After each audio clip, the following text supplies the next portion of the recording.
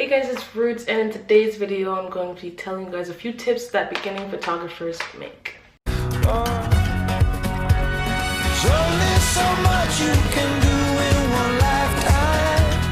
Take it easy.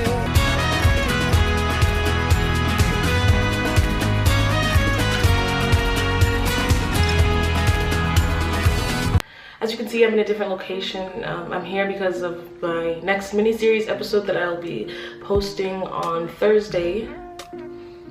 Yeah, Thursday, I believe. So make sure you keep an eye out for that. So let's get right into the video. So the first mistake that beginning photographers make is to usually blow out the highlights. What beginning photographers usually do when they take photos is when they're taking a photo that's inside that has light coming in, they typically will brighten inside of the room, inside of the place they're in, and then make outside a blank white light. I'm going to see if I could probably take a picture of it to explain what I mean. And what you're actually supposed to do is to set the exposure to outside of the window and then bring up the brightness inside after you're going to editing softwares and all of that. The next tip that photographers make is to shoot in JPEG and instead of RAW. And if you want to have professional looking photos and if you want your photos to look A quality, it is best to shoot in RAW, because when you go into editing, JPEG limits you in some aspects of changing the photo, wherein RAW you can change everything and it won't get a bit of a grainy look if you pull the exposure all the way up or all the way down. Because when you go into JPEG, it kind of, when you go through something like exposure, it might make it a bit more grainy and it kind of loses the quality of the photo. The next tip photographers make is posing the models that they're taking photos of instead of directing the model. Now, I used to do that, and I still think I probably do, because it's a very hard thing to really direct a person instead of telling them what to do and how to do it. Like, okay, put your hand on your head, put your hand down. Like, it gets very tedious and annoying, and it's always great to have a good not a good vibe, a good relationship with the person you're taking photos of. Not obviously 10 years relationship, 5 years relationship, like just to at least have a conversation with them before you take photos so that they feel comfortable around you and you feel comfortable around them. Instead of just giving them orders, you can just say, you can have conversations with them. Conversation is a really good way to get real natural looking photos. If you are taking photos of people, it seems very natural in photos, and it's a really good thing to do. So it's best to avoid posing and demanding models to do things instead of directing them to do things.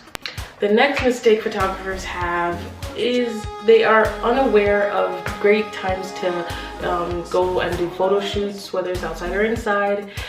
Everyone knows the golden hours around sunrise and sunset, and most beginning photographers should stay away from bright daylight.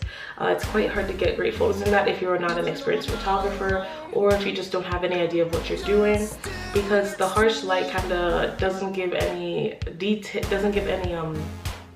interest in a photo. It kind of, there's no shadows, everything is boring. But if you are to shoot in daylight, it's always good to bring things and to use objects to cast shadows, and just to use anything really. If you're going to do bright daylight shoots, find staircases or alleys or anything like that. You could also use people's hands to cover and give a cast on their face. You can use trees and leaves and anything really, just to give a nice aspect to the photo instead of having this harsh sunlight come in on the person. The next mistake is to be background cautious.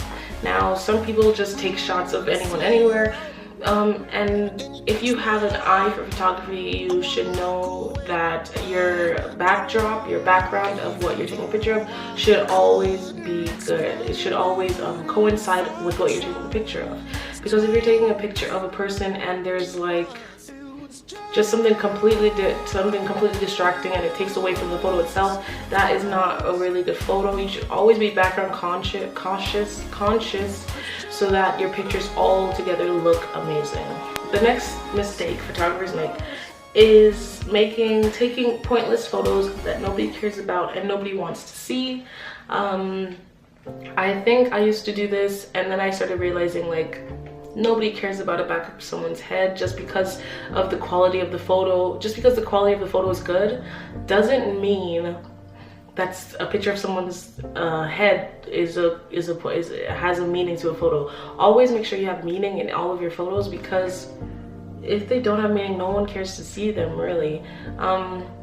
Which goes into my next a next mistake, is that beginning photographers or photographers always think that gear is so important to taking great photography. Taking great photographs. And it's not. You can have any camera. You can even use your phone and be a great photographer. You don't need any expensive gear or anything like that. You always need to have meaningful photos with a great concept. That's really all you need. Gear doesn't matter. And a next mistake is just that photographers seem to always want to copy other photographers. And if you're doing that, please stop, because what is the point of you taking a picture and somebody has already taken that picture? You don't ever want to go out and take pictures of something that someone's already done. It's not. Why are you in photography if you're not trying to be original? You should never be in here to be copying another person's photographs. Like, you could copy their styles and you could see their techniques, sure, but do not copy photographers bit by bit, step by step. You always need to have your individuality as a photographer to show yourself. Thank you guys for watching this video. You guys can subscribe and comment and like and share this video, and I'll see you guys on Thursday.